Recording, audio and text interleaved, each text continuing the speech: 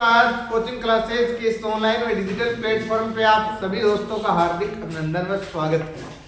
आज आपके लिए एक टॉपिक है भारत की जनगणना। कितना भारत का जनघनत्व है, लिंगानुपात कितना है, केंद्र शासित प्रदेशों में कितना है, किस वर्ष को महाविभाजन काल कहा जाता है, इन सभी सवालों का जवाब आपको इस वीडियो में मिलेगा। देखना, जनगणना का विश्व में इतिहास क्या है, ये जरूरी है। आपको पहले जनगणना का विश्व में इतिहास पता होना चाहिए कि विश्व में जनगणना का क्या इतिहास रहा है, क्या रहा है। प्राचीन काल में जनगणना का प्रमाण हमें रोमन साम्राज्य, एक स्टेट है रोमन साम्राज्य में कैडेस्ट्रल सर्वे के रूप में मिलता है। परीक्षा में आपका प्रश्न आता है कि जनगणना का विश्व में सबसे पहला प्रमाण किस सर्वे में मिलता है, तो आप कहोगे कैडेस्ट्रल सर्वे में हमें इसका प्रमाण मिलता है। आगे देखो, आगे दूसरी बात क्या है कि भारत में जनगणना की शुरुआत कब से मानी जाती है, तो मुगल काल में अखबार के जो 9 रत्न है उसमें से आपने नाम सुना होगा अबुल फजल द्वारा 1595-96 में आईने अकबर में मिलता है। तो आपको यह बहुत आसानी से पूछना आता है कि भारत के अंतर्गत सबसे पहले जनगणना करवाने वाला व्यक्ति कौन है, अकबर है। अकबर के काल में किसने जिसकी जिम्मेदारी मिली, उस आदमी का नाम है अबुल फजल। आधुनिक पद्धति के अनुसार सर्वप्रथम हमें जो जानकारी मिलती है जनगणना के संदर्भ में वो मिलती है स्वीडन से। कहां से मिलती है? स्वीडन से। आगे देखो, आगे क्या कह रहा है आपसे कि 10 की जनगणना मतलब 10 साल के अंतर्गत, जैसे अभी जनगणना हुई मान लो 1980 में, उसके बाद में जनगणना हुई 1990 में, ये जो 10 साल का अंतराल है इसको कहते हैं 10 के जनगणना। 10 के जनगणना का सर्वप्रथम परिणाम जो हमें जानकारी मिली है वो कहां से मिली है? अमेरिका से मिली है। इंग्लैंड से 10 की जनगणना शुरू होती है। ये अगर आपसे प्रश्न पूछे कि शुरू कहां से होती है तो आप कहोगे इंग्लैंड से होती है। आगे क्या कह रहा है आपको, भारत में ये हमने 3-4 बातें पढ़ी है विश्व के संदर्भ में। दोबारा देखो, हमने विश्व के संदर्भ में 3 बातें हमारे लिए इंपॉर्टेंट है। पहली तो है कि हमें किस सर्वे से मिलती है, तो कैडेस्ट्रल सर्वे से मिलती है। दूसरी हमें मुगल काल के अबुल फजल से मिलती है, और ये विश्व के संदर्भ में ये जानकारियां थी। अब हम भारत के संदर्भ में पढ़ेंगे कि भारत में सबसे पहले जनगणना किसने करवाई, मतलब टेक्निकल रूप से किसने करवाई। अकबर ने तो करवाई, लेकिन उसके आंकड़े व्यवस्थित किसके मिले, तमाम बातें में पढ़ी। भारत में जनगणना का इतिहास क्या है?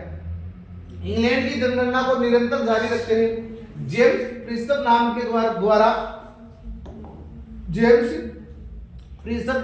इलाहाबाद, वर्तमान इसका नाम प्रयागराज कर दिया गया है, इलाहाबाद में वर्ष 1924 में इलाहाबाद में और बनारस में 1827-28 में सर्वप्रथम जनगणना करवाई गई थी। यानी कि 2 स्टेटों के अंतर्गत जनगणना करवाई गई थी। वो इंग्लैंड की जनगणना को निरंतर रखते हुए जेम्स प्रेस्टन नाम का व्यक्ति था, इसके द्वारा करवाई गई थी। अब आगे देखेंगे हम लोग, आगे क्या है कि एक भारतीय शहर की पूर्ण जनगणना, मतलब आपसे परीक्षा में और भारत में जनगणना का पिता पूछा आपको, तो आपको हेनरी वोल्टर का नाम लिखना है कि भारत में जनगणना का पिता कौन है? Henry Walter. इसको क्यों कहा जाता है भारतीय शहर? ढाका पहले भारत का ही एक हिस्सा हुआ करता था, तो इसलिए ये हेनरी वोल्टर को भारतीय जनगणना का पिता कहा जाता है। एक भारतीय शहर की पूर्ण जनगणना 1830 ईस्वी में हेनरी वोल्टर द्वारा ढाका में, जो वर्तमान में बांग्लादेश में है, आयोजित की गई थी। तो आपको ये प्रश्न याद रखना, भारतीय जनगणना का पिता किसे कहा जाता है? हेनरी वोल्टर को कहा जाता है। भारत में पहली गैर तुल्यकारी जनगणना या अनियमित जनगणना 1872 में लॉर्ड मियो के। ये गैर तुल्यकारी शब्द क्या है कि जब लॉर्ड मियो के समय जनगणना हुई थी तो उस समय आंकड़े थे वो व्यवस्थित नहीं थे, जनगणना के जो आंकड़े थे वो व्यवस्थित नहीं थे, अनियमित आंकड़े आए थे लॉर्ड मियो के काल में। ये परीक्षा में कई बार प्रश्न पूछा जाता है।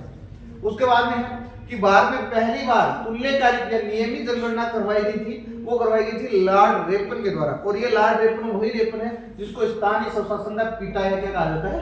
जनक कहा जाता है, 17 फरवरी 1881 को। अब उस समय जनगणना के आयुक्त कौन थे? WC होल्डर नाम का व्यक्ति था, उस समय जनगणना का आयुक्त हुआ करते थे। ये हमने बातें पढ़ ली। अब हमें जो जनगणना पढ़नी है वो 2011 की पढ़नी है। 2011 के अंतर्गत हमें ये पढ़ना है कि स्वतंत्र भारत की, ये तो नॉर्मल सा प्रश्न आता है कई बार कि स्वतंत्र भारत की पहली जनगणना कब हुई? 1951 में। उस समय जनगणना आयुक्त कौन थे? श्री MWAN येटस नाम का व्यक्ति था और RC गोपाल स्वामी थे। ये स्वतंत्र भारत की पहली जनगणना के समय आयुष हुआ करते थे। अब हम वर्तमान में कौन सी जनगणना है, ये आप कहोगे 15वीं है। स्वतंत्र भारत की पूछेंगे तो 7वीं है। कब हुई? 1951, 1961, 1971, 1981, 1991, 2001, 2011। अब ये आपको सदी पूछे कि 21वीं सदी की कौन सी जनगणना है, आप कहोगे दूसरी जनगणना। अगर आपको ये वीडियो कंटिन्यू चाहिए, आपको इसके अलावा जो डाटा चाहिए, तो आप इस वीडियो को तमाम सोशल मीडिया पे शेयर करना, मैं सेकंड पार्ट इसका डाल दूंगा।